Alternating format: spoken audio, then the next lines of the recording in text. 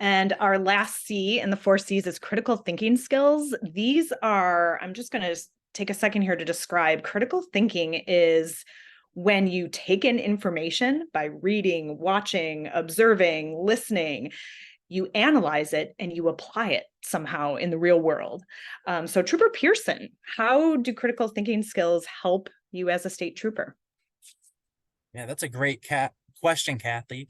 So in my job, we're always dealing with people. So again, I'm going to ask the same question as earlier. How many of you like talking to other people? Not as many hands as before. Uh-oh. Is it too early in the morning? I think we like talking to people. I've seen some of you talk to your friends.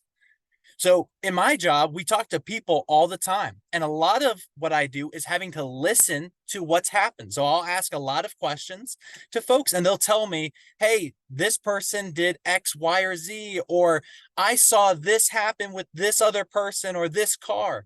And so my job is to, one, be a really good listener. How many of you, if I asked your teachers, would say that you're a good listener? No? No hands? Teachers give instructions and everyone's talking the other way. So part of my job is being a good listener. And so when we're a good listener and when I'm a good listener, I'm able to end up applying what I've heard and I'm able to think through what I've been told and then take action. So again, how many of you have tried to jump out or scare a friend? Try to get a good laugh. Yeah, we've all done that, right? Well, sometimes when you're doing that, you have to hide and you have to think through where you think your friend's going to be in order for you to scare them.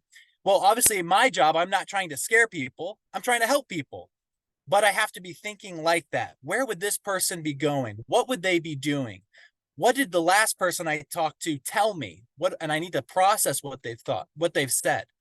And so a lot of my job, like what you've heard from the other panelists, is not just listening or communicating, but it's thinking through what information we've been given and then applying it so that we can help solve a crime or help somebody who needs help.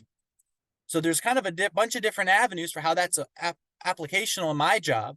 But those are some things that I would encourage you to think through if you have any interest in becoming a police officer.